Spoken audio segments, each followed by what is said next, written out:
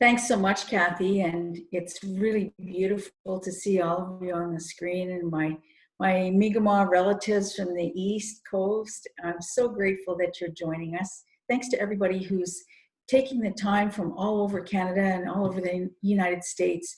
All those people we've been in ceremony with and shared tobacco with, I'm so grateful to see you on the screen.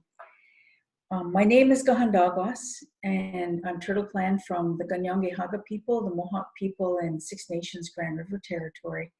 And really grateful that the Creator has given me an understanding of my life and my gifts. And, you know, every day when I wake up and I have my altar here, actually moved it into the dining room now because I'm finding I do a lot of my work here.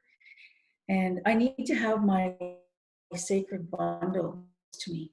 So this evening, all of my bundle is laid out here, and I feel really grateful when I have pieces of that bundle that have such power and meaning. So this evening, you know, when I think about the context that we're living in now and the challenges that each of us are facing, I want to give thanks that we can see each other one more time, that we have an opportunity to share this hour with each other, that there's going to be a lot of messages and teaching and journaling and sharing of your dreams as well. So really grateful to see all of you and to be able to offer these words on behalf of all of us.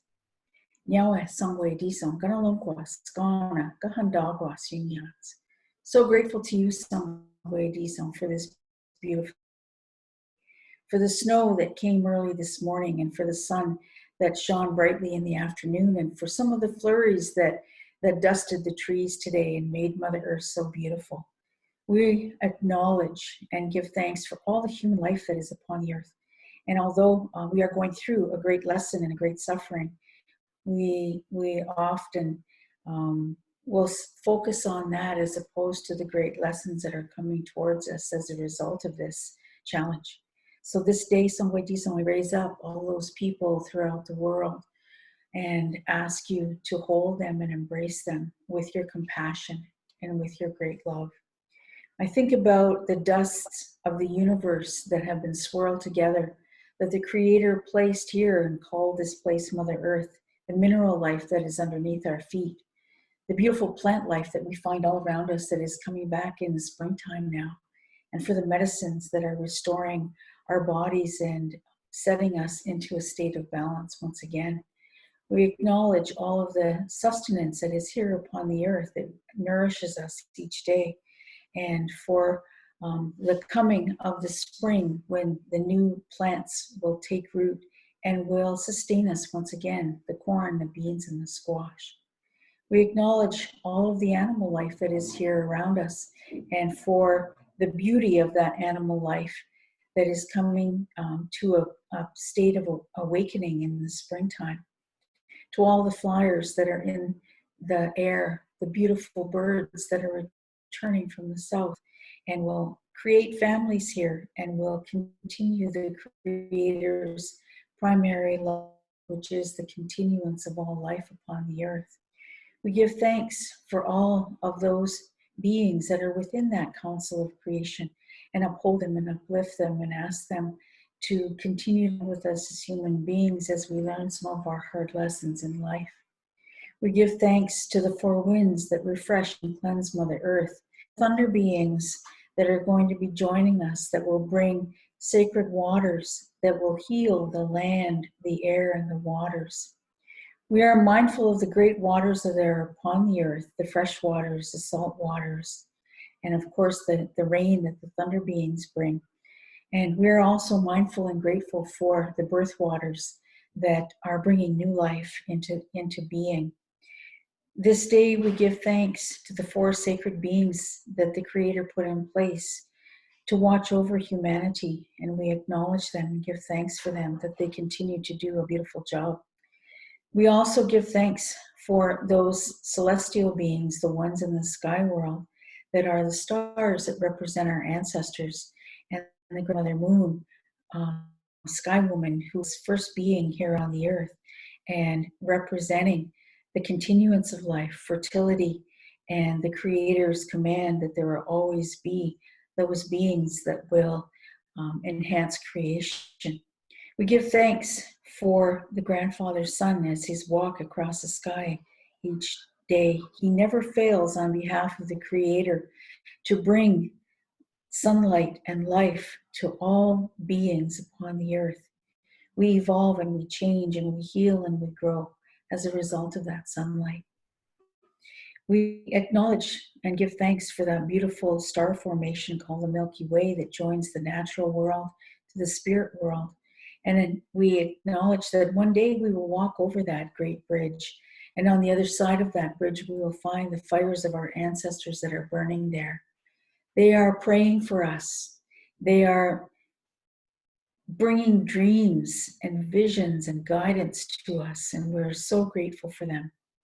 We thank all of those beings that are seated at the great council fire of the Creator, those beings that were here at the time of creation, assisting the Creator in that great life force that is upon Mother Earth to create all of what we have here today. So we give thanks to all of those beings, and we understand that the spirit of many of those beings has been lowered here to the earth now to help us in this time when human nature is changing, when the earth is changing, and when change is upon us. Sometimes we try to stop and resist, but we understand that the Creator has a plan for humanity and a plan for Mother Earth. And so, as the Hopi people say, don't be afraid and cling to the side of the bank as that great river rushes by.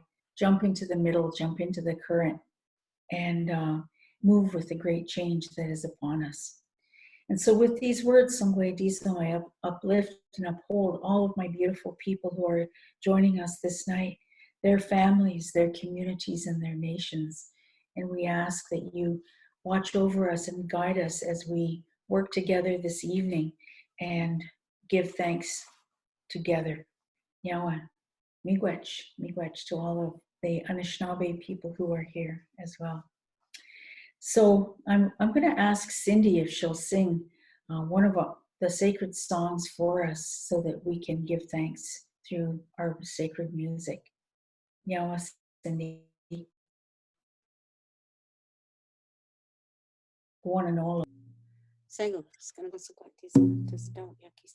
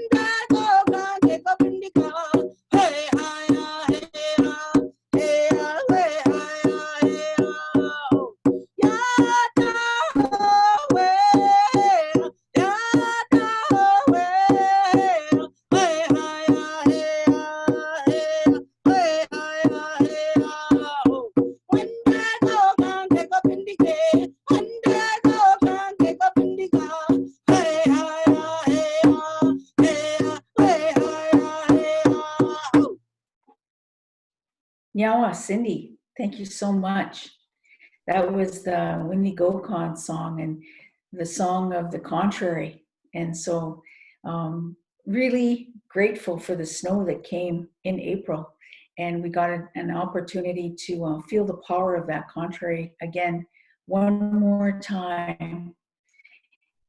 And the contrary is going to be heading to the north and waiting for that strong winter season again for his renewal and her renewal of their ceremony. So I wanted to say Nyawa once again to Paha, who was with us last week, Dakota Sundance woman leader, and of course her husband Wambadi, leading the Sundance in their area of Sioux Valley for over 4 years. And for her to spend time with us last week, she told us a really powerful story about her life and her journey as a human being. One of the most significant pieces of it for me was when she ran away from that very toxic relationship that she was in. She knew that she had to grow spiritually and that there was no way that she was going to continue her own growth and her own healing in that toxic relationship. And so, you know, it takes a lot of courage for a woman to leave that kind of a scenario and to find her life. I want to also uphold her for all the fasting that she did and the search for spiritual guidance in her life. And sometimes when she received that spiritual guidance, she didn't always understand it, but she kept it and she held it and she would pray about it and she would be patient to wait until it unfolded to bring more meaning into her life. And so these are important times and important milestones to note, that as she began to walk her spiritual journey, the Creator knew what she needed in her life to be happy and to be fulfilled and to have a partner, to have a family. And so, you know, as she was moving through her spiritual journey and doing her work to heal from the toxicity in her own life, to understand what is real love, to understand and earn a relationship in her life, and to then understand her spiritual calling and to live that calling. It was a really powerful walk for a human being. So I want to uphold that story that she shared with us last week because it was so strong. And I want to also, before we get to your journals of dreams and visions and sense of knowing as we move through these challenging times, I want to share with you something that I want you to hold in your heart, and that is how important you are in the world, and how the Creator never makes a mistake when He creates us. That we've suffered the wounds of the world, but there are many, many ways of gaining the healing and the balance that we need. So I want to tell you the story of where your spirit started. They say that within this human body, we are made up of 4 parts. The soul, which of course is eternal, it lives forever, it has infinite capacity. That the working part of that soul is the spirit. The spirit will travel in ceremonies, the spirit will travel in dream time. Your heart, which is your emotional piece that holds all of the feelings. Your mind, which is, of course, the rational piece, the cognitive piece, and that is the thinking piece, the piece of free will. And of course, your body, which is the lodge of your spirit. So of those 4 parts, when you were still in the spirit world, before conception happened, your spirit was in that place of peace. And the Creator came to you individually and He said to you, I need someone to walk the earth that is going to bring a profound and powerful gift. And He named the kind of gift that you knew that you had. But the Creator, even in the spirit world, gave you the free will to decide whether you would stay there or whether you would come to the earth. And each and every one of us said, Creator, I have that gift, and I will go to the world, to the earth, to walk amongst humanity and amongst your creation. And in my life journey, no matter how many days you give to me, I will do my very best to bring my gifts to the world, to create peace, to create love, to create unification of human family and prayer, to uphold the nation that I'm born into and the sacred teachings that I've been born into, to be proud of who I am and how you made me on the earth as this earth walk that I have. So each and every one of us said that, and so conception happened, and then our birth happened. And as our spirit is getting ready to leave the spirit world and to be born into a physical body, the Creator said to us, you're going to be faced with many challenges when you go to the earth. The earth world is not like here. There are many people that are walking in darkness who don't understand who they are. And it's a very difficult place to be. It's a hard place to live. There's a lot of wounding that's there and a lot of profound evil where people have turned their backs on the sacred. And we all said, oh, Creator, we love you. We'll never forget you. And so, the Creator said, there will be a time of forgetting when you move spirit from the spirit world, which is that place of peace, and you move to Mother Earth, to the earth world. You're going to have to work hard to find me again. And so we were born.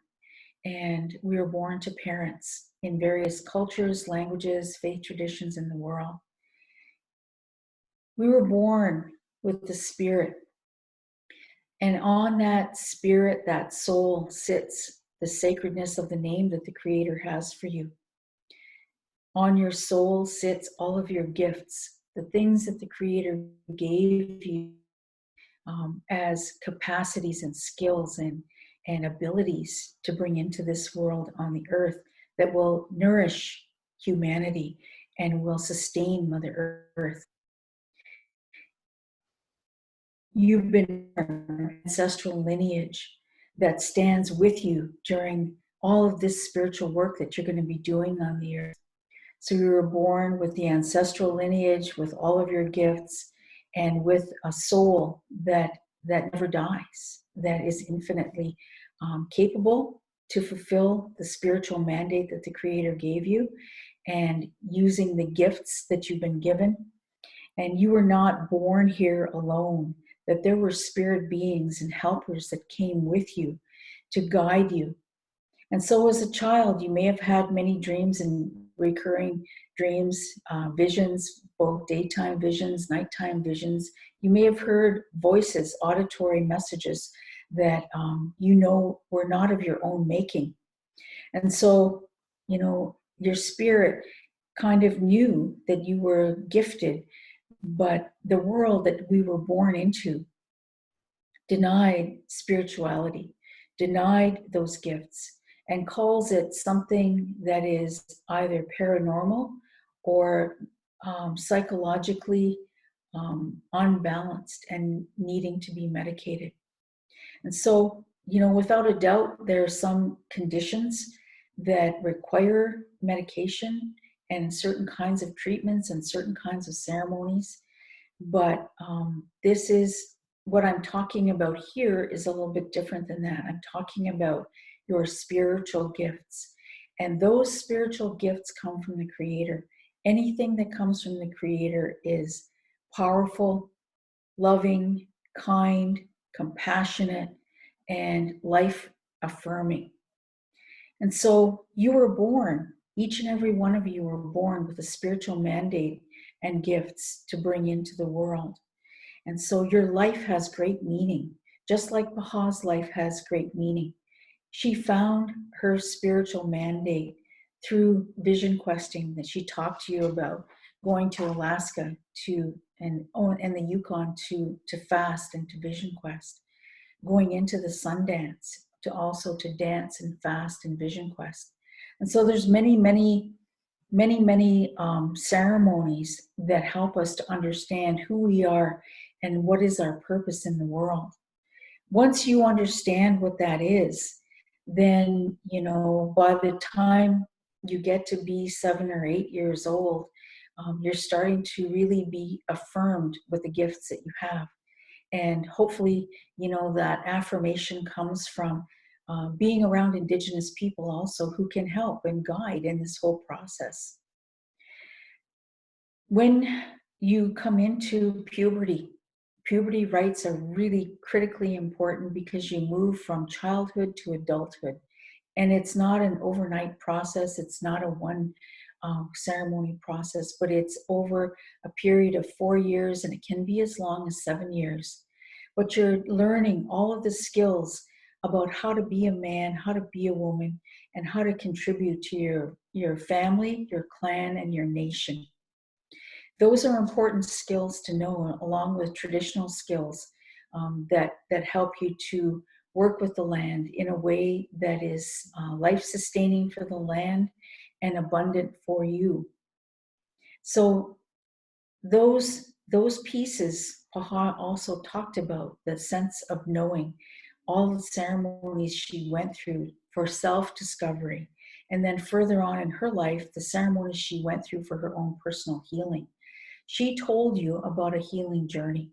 And I think that's an important piece that each of us need to understand, is that we've been born into a very toxic environment in this time period. And we have to do a lot of work to be able to move through that toxic environment, to understand who we are and where we fit in the world, and how to best bring our gifts to their full fruition in this world.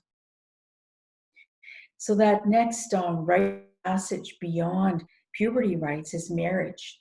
And that is an important piece because we need to understand the balance of the man and the woman.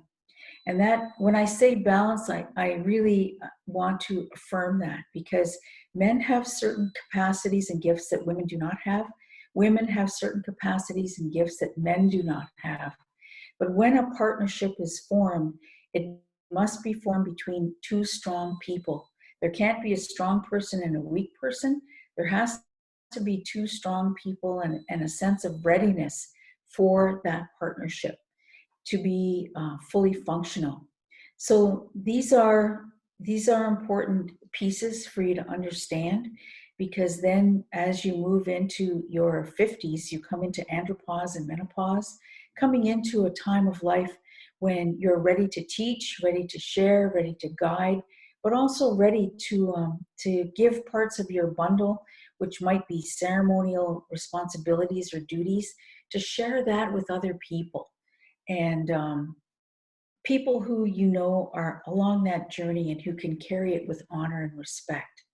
And so these are important times for all of us, because, you know, especially as you look around your communities, you can see we are all getting older.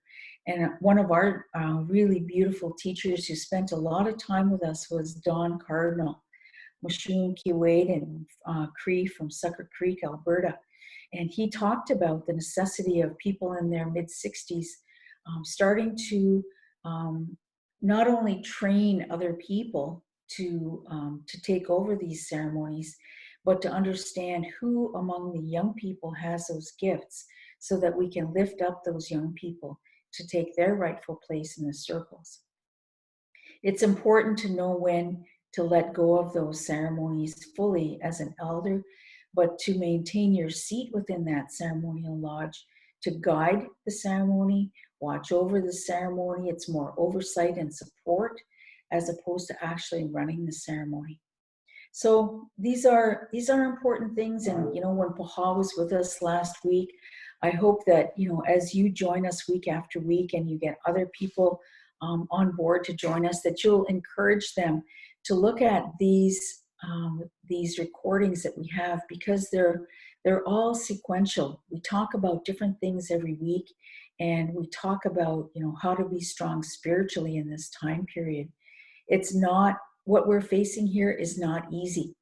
And one of the things that we want to do is to talk about grieving and loss, and to do a ceremony together for that. So that'll be a couple of weeks from now. There's going to be a special guest for next week, and Brenda is on here and watching us, and how our work is unfolding here. Brenda is from Six Nations, and she also has a beautiful life journey to share with us about her healing journey, and being in community, living in community of Six Nations, Grand River Territory all her life, raising her family there, her grandchildren there, and bringing to us that vision of and experience from living in community, and embracing her own healing journey and serving in the community, because she was and has been for many years a mental health worker in the community.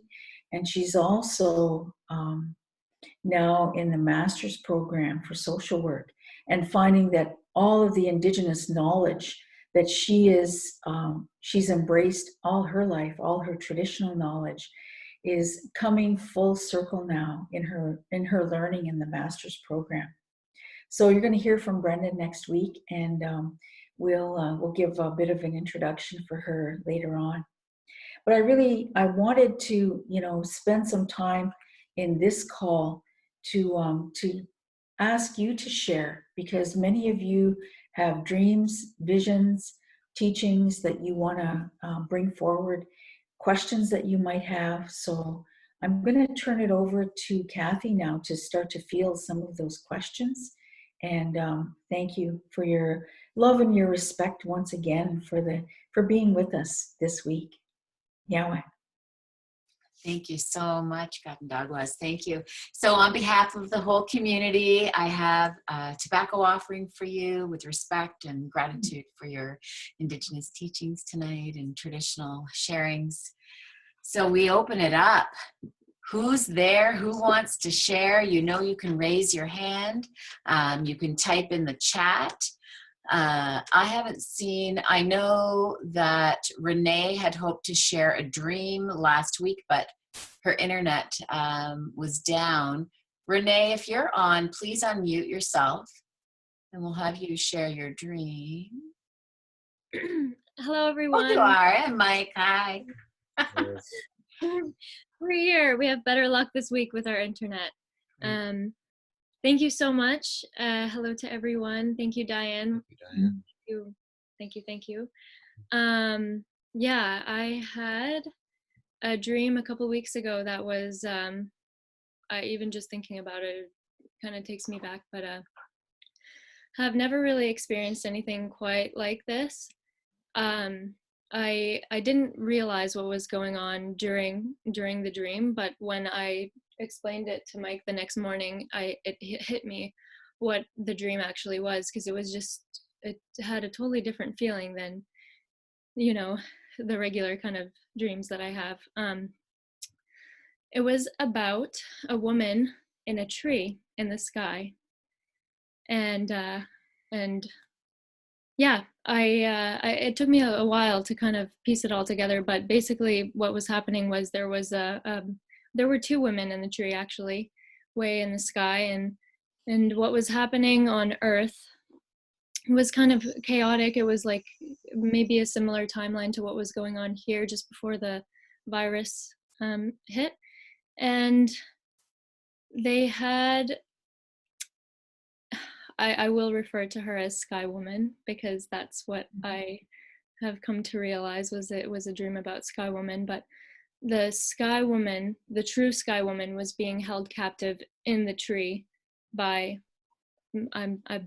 like beings, maybe plural, force. I'm not sure, but she didn't want to stay on the tree, and they were going to send down this like fake Sky Woman. She was all dressed up in costume, and they were going to send her down so that the people on Earth would realize that Sky Woman, they were sending her to Earth, not in a kind way.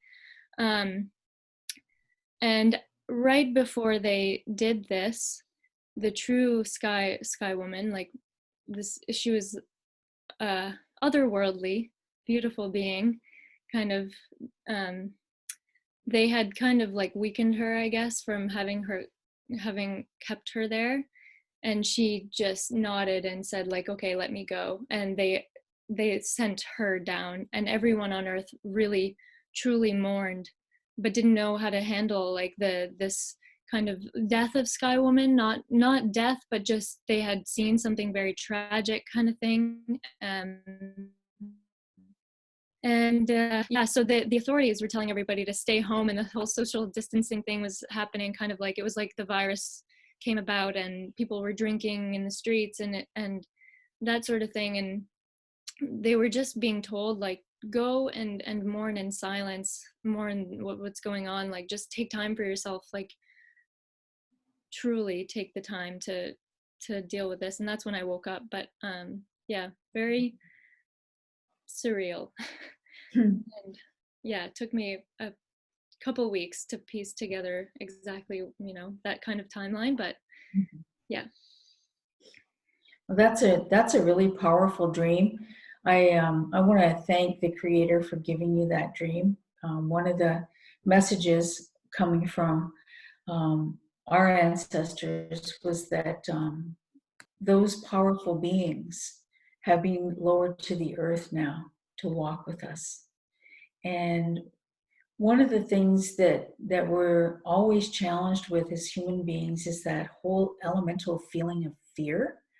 And so one of the things that we also need to really develop within ourselves, whether it's through ceremony or through your own faith tradition, is to have ultimate faith that the Creator is in control, that the Creator has everything in His hands, that there's reasons for everything happening, that as negative as things seem to be, that we need to turn them around to positive. And that's a challenge for us cognitively, you know, emotionally, spiritually, to say, you know, and I think Paha said it really well last week when she said it's a course correction. Human nature needed to change, and what is it that will change human nature is an absolutely being brought to our knees by whatever life we thought we've made for ourselves, being totally swept out from underneath us.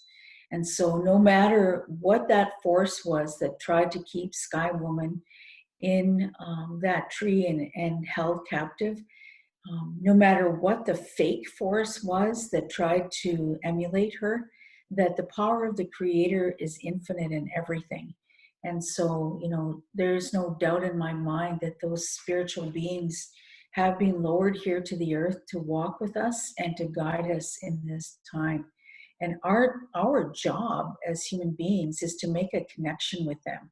Whether for us it would be through burning tobacco, pipe ceremonies, vision quest, fasting, sun dancing, you know, whatever ceremonies that we have as First Nations people, you know, that's how we connect with the sacred.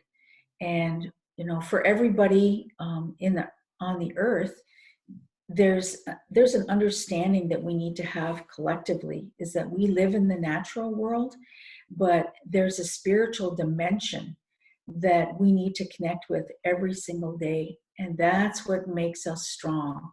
That's what takes away the fear. And no matter what that force is that's coming at us, it cannot win this spiritual war. The Creator's power is infinite and will always overcome evil. And so, you know, those are powerful dreams that you're having. And I want to acknowledge you for receiving that and for carrying that feeling that comes with the dream, that that there isn't anything that the Creator can't do in changing any of the conditions. But we have to, as human beings, learn our lessons to be able to earn life, to earn that. And, you know, my brother Phil Lane will often talk about it. He said, you know, the way that we're going to evolve spiritually is to unify our prayers together. And, you know, I'll share with you a dream that I received, and I think I shared it in the first time that we got together. And it was about standing on the bank of a beautiful lake, lots of rocks around it and pine trees. And I had two horn rattles in my hand, and I was going to lead a social dance, and people were lining up behind me because Haudenosaunee social dances are like that. And so as people were lining up, I saw this bird coming from way in the distance, and I thought, wow, that's going to be an eagle. Maybe we'll get to see an eagle during our dance time and celebrate that eagle, because it always represents the love of the Creator and the Creator sending blessings to the people. And when that big black bird got closer, I noted that it was a thunderbird, a 30-foot wingspan. A big black thunderbird had landed on a rock, and it talked, and it said, you know, if you really want to heal Mother Earth, you're going to have to stand shoulder to shoulder. And that spoke volumes to me, because, you know, the work that we're doing here on these calls every week is nothing small. What we're doing here is we're unifying spiritually. We're not asking anybody to convert. We're not asking anybody to be what they're not, you know, born into. This is not indigenizing all of you. What this is helping us to come to a common understanding of the universality of spirit, the universality of what it is to be a human being, the universality of the natural laws of life that are upon the earth that all of us should know, but we've forgotten somewhere in the journey of life.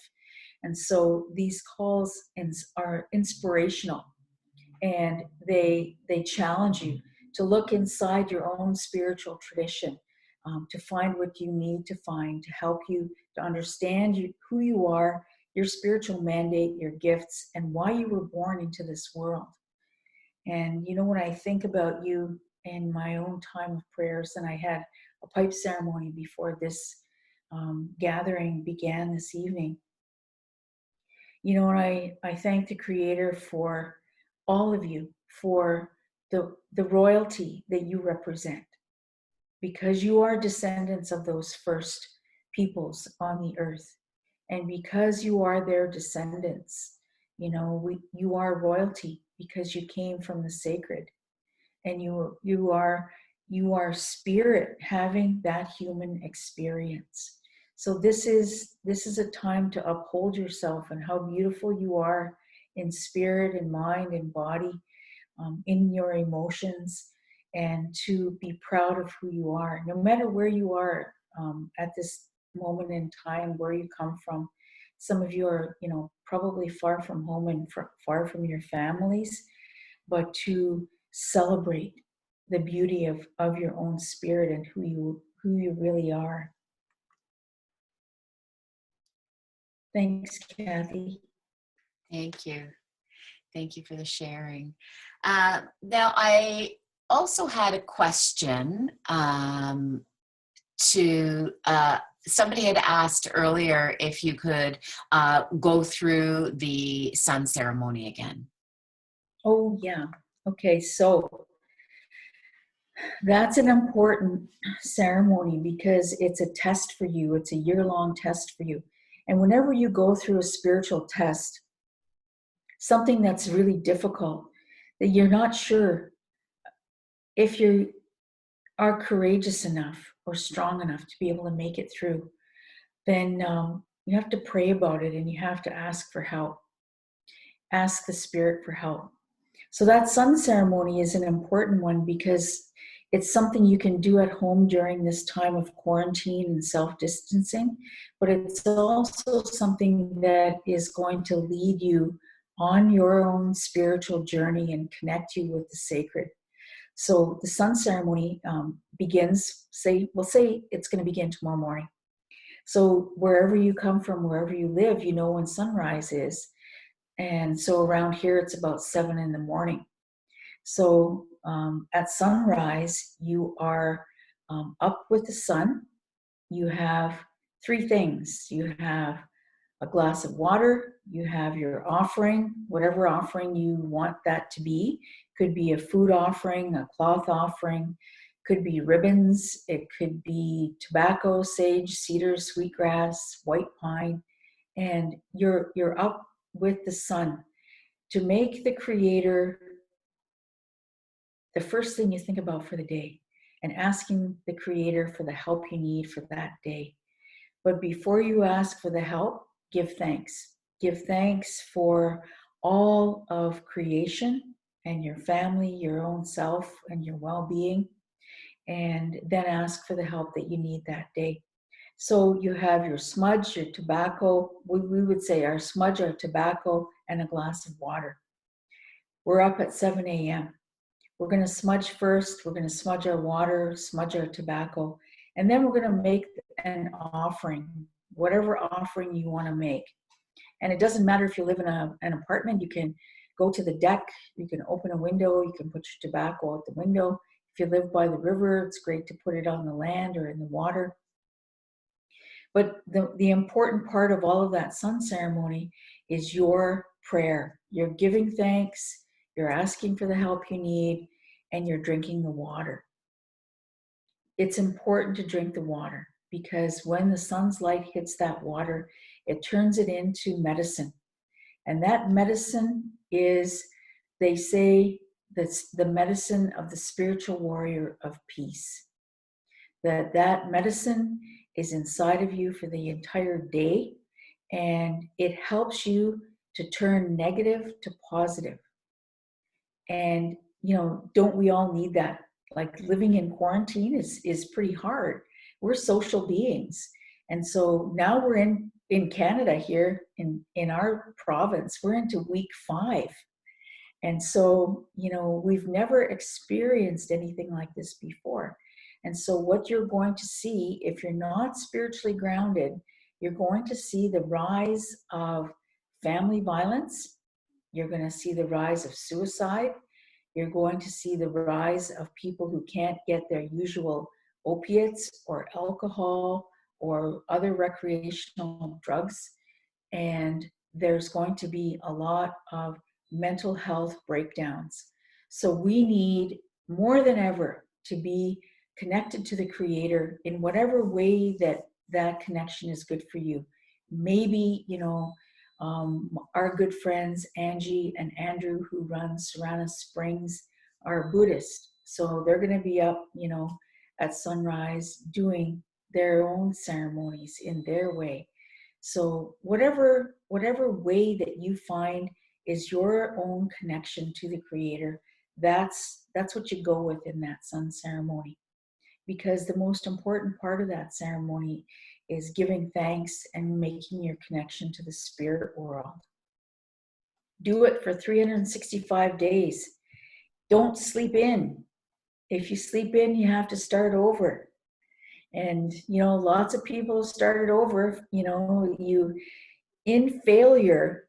When you look back on your life, the failures of your life have taught you the most about your fragility, your bias, your own inherent character defects, and the things that you need to change in your life. And I look back on my life and I look at the milestones of my life, and I mark that by my failures. And I say, those things brought me to a full stop, a standstill, and showed me, if you go down that path, this is what's going to happen to you. And so, that's a great awakening. So it's not bad to fail. Failure is not something that, you wear with shame or guilt. Failure is an opportunity to learn. And so this is in the sun ceremony.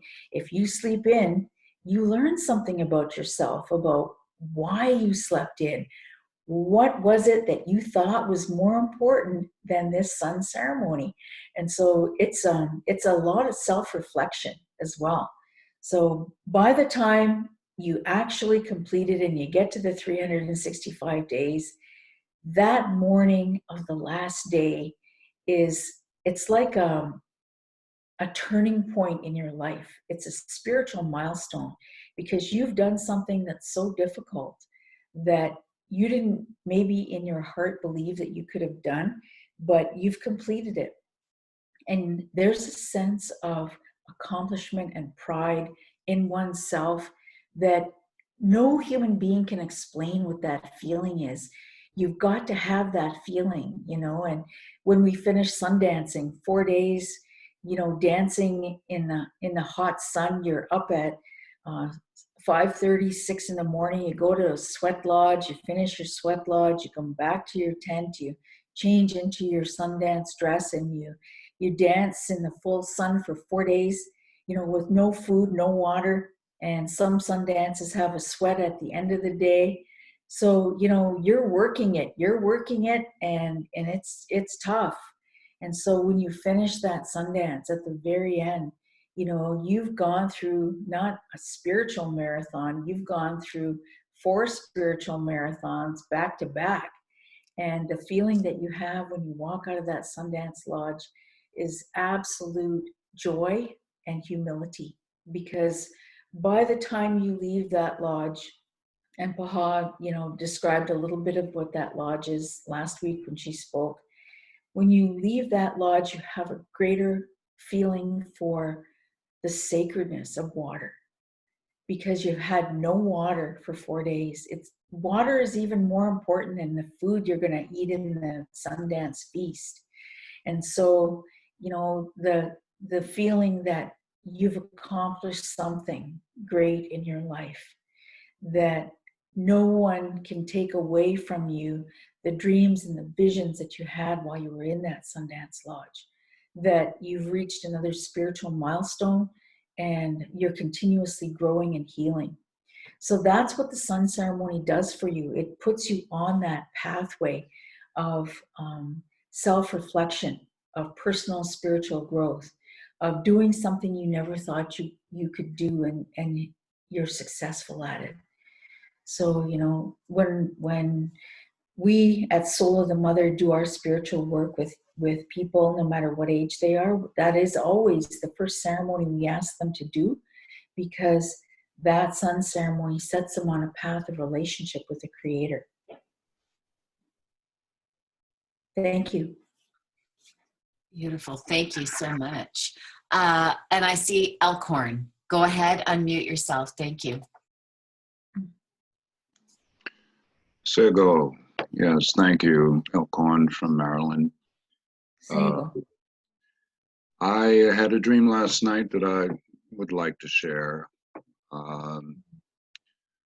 Essentially, I woke up, but I was not in my room. I was someplace else, and I was someone else.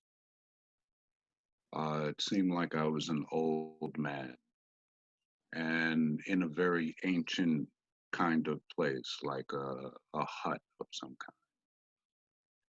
And I noticed there was an opening to my left, and went to get up, but couldn't walk except very slowly.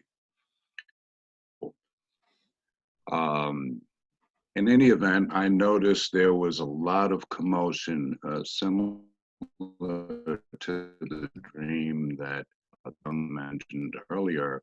There was a lot of commotion outside the hut. Will be disturbed and chaotic spirit. So I made my way with the help of some kind of staff to the entrance to look out. And I noticed again that I was wearing, it wasn't me, it was the old man. I was the old man, and the old man was wearing very simple, ancient clothing. And so were the people, a lot of people. And there was something like death and destruction. That's the best way I could put it, going on outside this hut. And the people were being decimated. Similar again, having to do with something like what's happening now with this coronavirus. And I realized that I had the power, the authority, whatever term is appropriate, as that man realized, that old man realized the ability to quench or mitigate or neutralize or subdue the spirit that was behind all of this chaos. So he spoke some words in another language that I don't understand what language it was. But of course, I'm kind of conscious, myself, conscious that I am or I am this old man, but yet I'm also me. So that I could understand that what he was saying was understanding the language he was speaking. I don't know if that makes sense. In any event, and turn to the people. The old man turned to the people and to exhort them that the place that they were was no longer safe and they needed to move. Where is not clear in the dream, but it was telling them that we need to go. Interestingly enough, right next to man to argue. And this person looked like one of my cousins that I have today. Began to argue with the old man. And he said certain words and she got quiet. And then the people began to make preparations to do what he was exhorting them to do. And then Thank you so much. You know, one thing that is really critical, I think, at this time is to understand that the ancestors are with us. We're not alone here by any means. And so when that ancestor came to visit you, he wanted you to have that conscious understanding that they're being lowered here from time to time to give us that sacred guidance and to help us to understand that, you know, without fear, that there's always a way forward. We're always going to be provided for. And that, you know, if you succumb to fear and doubt, what happens is that, you know, you get pulled into the chaos. And fear and doubt is, I would say, by far the biggest spiritual, emotional enemy of the human being. If you don't have that strong connection to the Creator, then fear and doubt can creep in. And so you're being shown in that dream.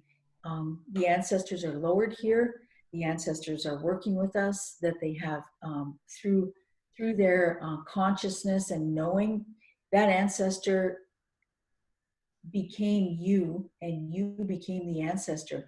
Separately, spiritually, like your souls are still separate, you could hear and see through that ancestor's eyes, and you could hear the language that was being spoken. So that's a powerful gift that you have, to be able to work with the ancestors. And so, you know, make sure that you make some offerings to accept the messages of that dream, that, you know, in times of chaos, that the ancestors will always be with us and show us and guide us on the way forward. So they chose you. You didn't choose that ancestor. That ancestor chose you to come and have that experience, to strengthen your spirit. And so when you see that chaos that's evolving around you, you know that what you have to do is to make your prayers, and that you're going to be guided in the way that you need to be guided.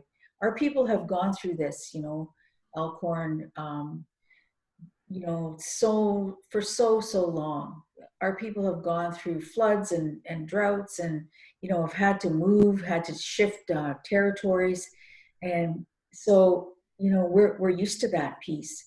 We're also used to genocide, because when genocide was brought to the Americas, our people suffered immeasurably. And it is the biggest genocide that has ever happened on the face of the earth. It's what happened here. You know, there's estimates of 100 million people that lived in the Americas, in cities of science and architecture and art, high levels of social organization, kinship systems, chiefs and sub-chiefs and leaders and territorial boundaries that people knew and respected among nations, that there was trade from the tip of, Nunavut territories, Inuit territories, all the way down to South America, trade throughout the Americas. High civilizations here, 100 million people, cities bigger than those that were in Europe at the time. And so, when that genocide happened in the Americas, 98 million people died. There's only 1 million of us in the US and 1 million in Canada. So of that 100 million people and all of what we've suffered over time, what does that tell you about the strength of our culture, the strength of our teachings, the strength of what we know to be the truth? When we share these teachings with you spiritually, it's not because this is a cultural norm that we're sharing with you.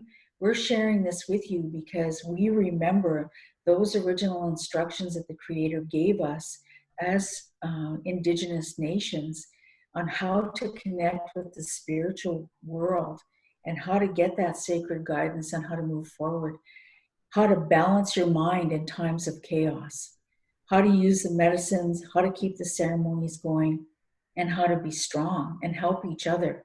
That's the power. I had a conversation today about evidence-based practice. And I always find that a really interesting concept, because the medical establishment always wants evidence-based practice. And I say to myself, and I say to the team of people that I work with, Ongwe Indigenous lifeways do not need research. We do not need to prove ourselves as evidence-based practice. The fact that all of our teachings come from the spirit world, that those teachings have endured for millions of years, not thousands of years, and those teachings continue to sustain us today, despite the absolute genocide of our people. Doesn't that speak to evidence-based practice? We don't have anything to prove. We have survived and come through all of those hard times. So, in times of chaos, as you came out of that hut and you were watching and you were seeing all those people involved in that chaos, that's that absolute faith that old man had, and his language, to speak in his language, was the medicine that's going to carry us forward. And that's something, that's a challenge for all of us as Indigenous people, is to be able to speak our languages, because those languages are the language of spirit. Thank you for that dream. Thank you. Thank you. I hope that those of you that sent in your questions are feeling, as I'm feeling, that they're being answered. They keep being answered. I'm going to, out of a long one that was sent to me, I'm going to read this one part if I can. So let me just see. Is that the question from Andre? Yeah. I have that question. And I think what she says is context is really important. Yeah. Can I read that question? That would be good. Yeah. Last week you spoke about a course correction and mentioned always putting the Creator first. I think about this often. This past month has been challenging and revealing for me. I found myself with myself. Many of my unconscious beliefs to the surface. It's like having an aerial view of the mechanisms that make up my behavior.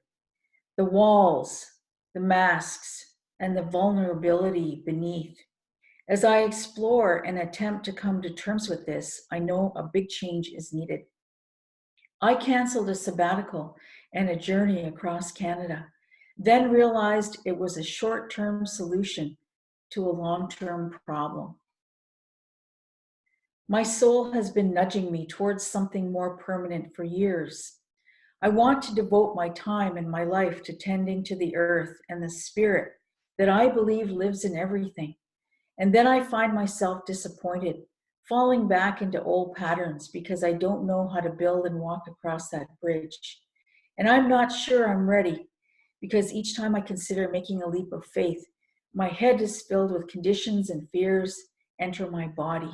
Slowly I remind myself I am already in the process and remember to be patient. But I feel stuck in an endless loop, wondering if it's too late. So let me respond to Andre. Yeah. I think you described the human condition, because all of us, have felt a pull of spirit at some point in time. And then our minds, because our minds are so powerful, our minds can develop all this whole level of excuses on why we shouldn't be doing something. So the mind is a gift from the Creator, and so is free will. But when you feel that tug in your heart and in your spirit that you need to do something that will help you on your spiritual journey, will help humanity, will sustain the earth, that's a real calling. But we can't do it alone. And I think that's the challenge that each of us have as human beings. We cannot do it alone. We need community. And so what I say to Andre is to pray for a teacher. Pray for somebody who's going to guide you in this spiritual journey.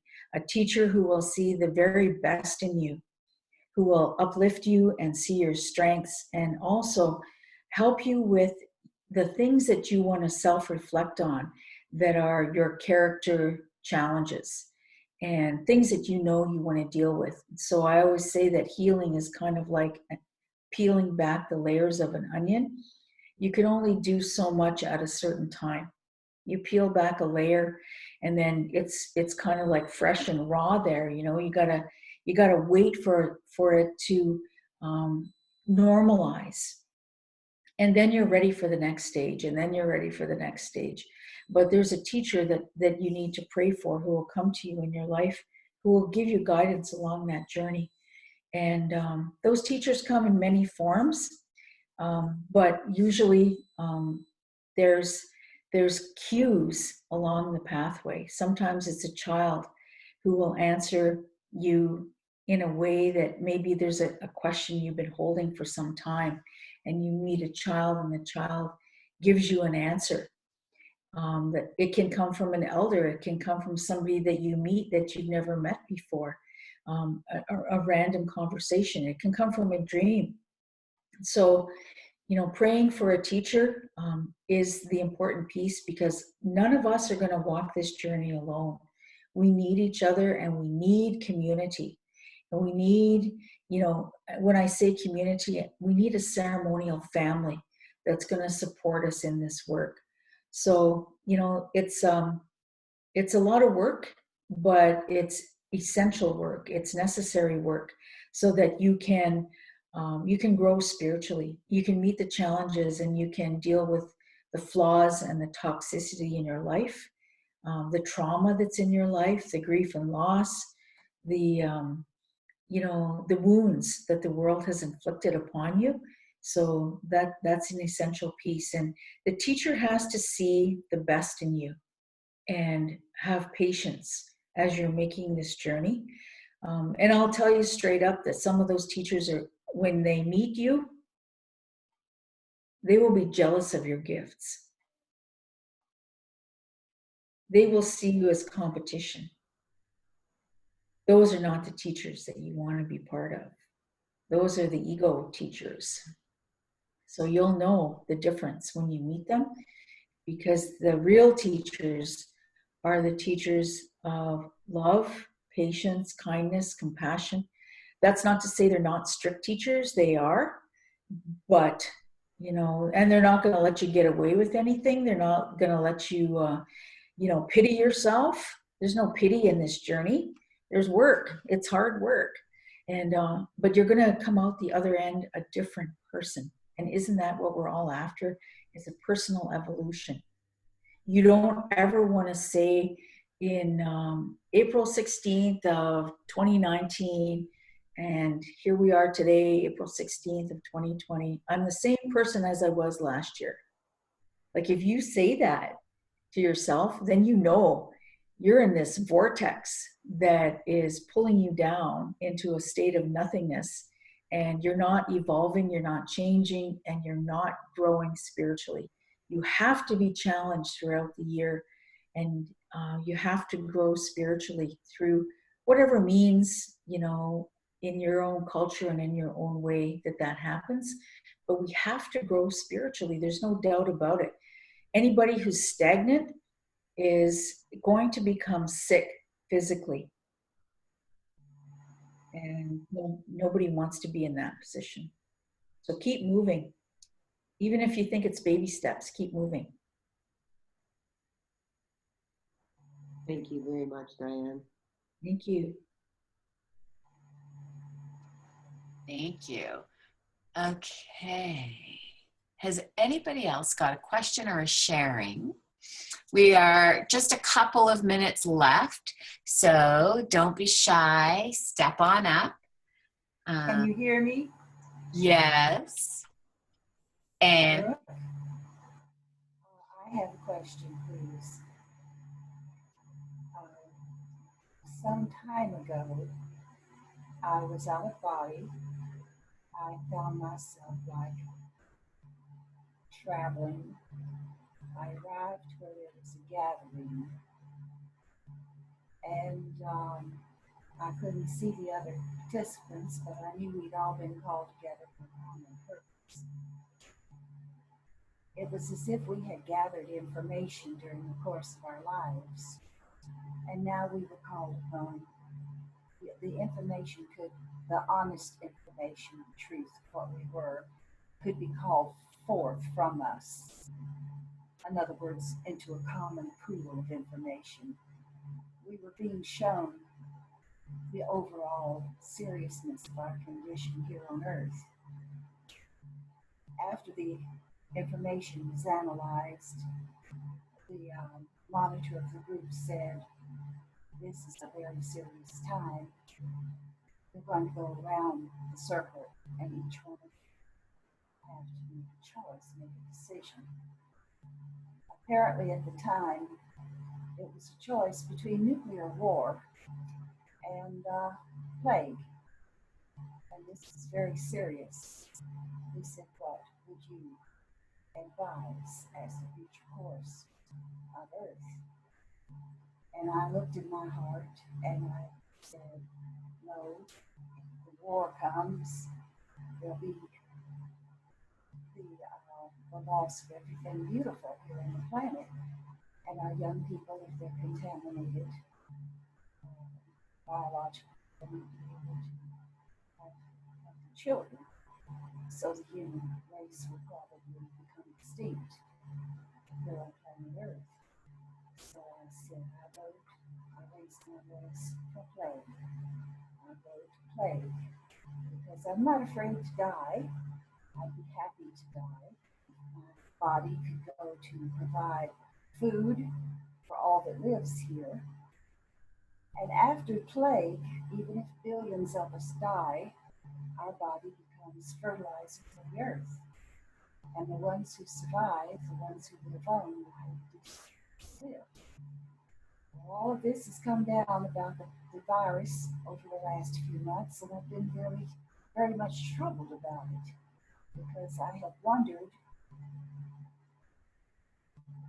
if that was just a bad dream or if somehow, in some way I don't understand, there was an evaluation made of the planet, and we are where we are now as a consequence of a collective vote from the hearts and consciousness and minds of many older people.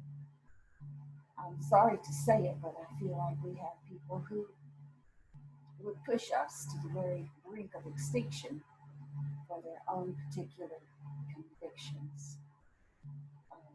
There are some people, and I don't mean to be, I may be speaking out of turn, I don't mean to be severe or critical, but there's some people who literally seem to believe the believe that their prophecies would be fulfilled if we engaged in war. Which is so horrifying until their Savior will have to come back here to put a stop to it, or all life will cease. So I think I have more than said enough. But I just wondered if anyone else had had anything happen along the lines where they felt that if they had to make a choice, that which way do we go? Which road do we take? Do we take plague, or do we take whatever we refer to as the risk of extinction through some kind of a new Holocaust? So thank you for listening. It's very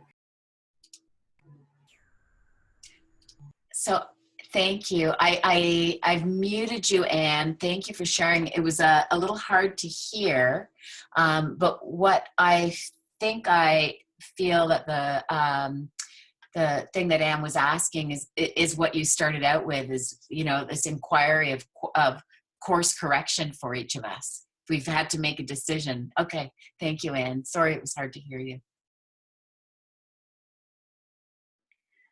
So it was difficult to hear, Anne, but I think that was an important dream. You know, what I did hear from what you said was that it sounded to me like when you had that, what you call an out-of-body experience, and that you're with a number of other people who had a sense of consciousness and knowing of what went on the earth, and that you were pooling now your knowledge together.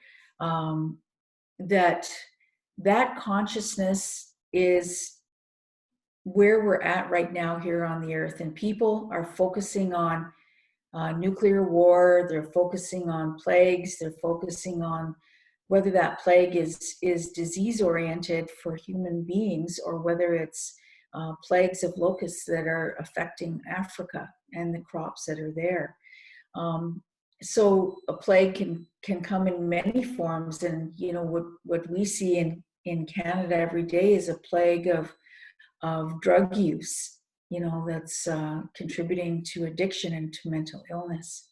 That there's a plague of poverty, there's a plague of, you know, spiritual vacuum. So in your question, what I think I heard was make a choice between plagues or nuclear war. You know, and if I'm in a dream time and somebody gives me that choice, that's not my choice. My choice will always be life. And part of this is the challenge now. So the consciousness piece, I will really want to talk about that, because when you are spiritually connected to the Creator and negative comes after you in dream time, you have the power to say the Creator's name over and over again in whatever language you're comfortable in saying it in. But you have to call on the greatest power in the universe, that is the Creator. However you feel, you know, whatever word you're going to use for the Creator, you have to call on the Creator in your dream time to stop that dream. We are not being given a choice between plagues or nuclear war. We are being given a choice as human beings. There's no doubt about it. That choice is, are you standing, and how we would say in our culture, are you standing at the sacred fire, connected to the Creator, strong in medicines and ceremony, or are you out there in the world, part of that chaos that's going on? Make a choice. You're standing at the fire, or you're not standing at the fire. You're standing in your faith tradition, or you're not standing in your faith tradition. You know, so we've grown up in this world, and I'll just say North America for now. We've grown up in North America as pretty much mutant human beings, because from the time of the Dark Ages in Europe, the Renaissance, the time of colonization, people have forgotten who the Creator is. And when development of capitalism happened here, the prevailing thoughts that resources were more important than human life began to take shape and take hold. And so the result of that is what we have today, where we have poisoned the earth, the waters, the air, and life as we know it is not sustainable. So we've reached the precipice of deciding whether life will continue or not in the way that we're used to it continuing. We've changed the weather on this planet. We've changed, if you've ever seen maps of North America, every river has been dammed. There's no natural flowing rivers anymore. There's dams and diversions on all the rivers. So those are the life veins of Mother Earth. So that means that energetic life force that's in Mother Earth has shifted as well. So we need to be able to, in our dreams, connect to something greater than ourselves. We need to connect in the daytime. We need to connect in our dream time. And you will reach a point with your sun ceremony and with your spiritual discipline that you will be able to control your dreams. And when that negative comes at you in dream time and you call the Creator's name for help, that's when you're reaching a level, a different level as a spiritual warrior of peace. You're reaching a different level. You're being challenged by forces not of your own making. And, those forces are trying to minimize the light that's coming from the earth. And that light is your faith in the Creator. So this is our time now as spiritual people, as we're being called forth. Because if you look at the institutions that are around us, whether it's child welfare, any of the social safety nets, education, health, business, very few, minimally few of those would have a spiritual foundation to them. And any organization that does not have a spiritual foundation will not survive. That means the people inside are not going to survive because their consciousness is not connected to a spiritual consciousness. So we need to do a lot of work as human beings to grow spiritually and to practice that every single day, to practice kindness and compassion and unconditional love and be gentle with one another. So I'll turn that over to you, Cathy. Thanks. Wow, thank you. What a good end note. I think we should end on that. There aren't any other questions in the chat, but please go ahead. Any last messages you want to send? I want to thank Sandy for finding out that tomorrow in the GTA, so if you're in Toronto, sunrise is at 6:31 a.m. So for all of us starting our sun ceremonies tomorrow, 6:31 a.m. is when sunrise is. So thank you, Sandy, for that. I'm excited that we'll have Brenda Johnson next week if she's agreed to join us for sure. I'm not sure, but I want to say thank you. This was rich. I have two things that I'll put forward for another time that you inspired me to want to ask. Rites of passage. I'd like to know more about rites of passage. And I also was wondering if, we all have gifts. Do any of us come with gifts that are negative, or do we all come with shiny gifts of peace? Those were a couple things I was thinking of. So next time. Thank you, everybody. Thank you so much, Kahontakwas. This is a beautiful night. Thank you.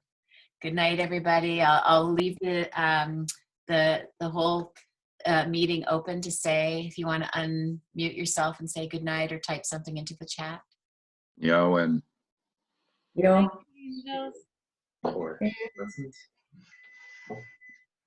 Thank you. Blessings. Thank you for all of that. Good night. Hey, Judy. Thank you. Thank you. Hi.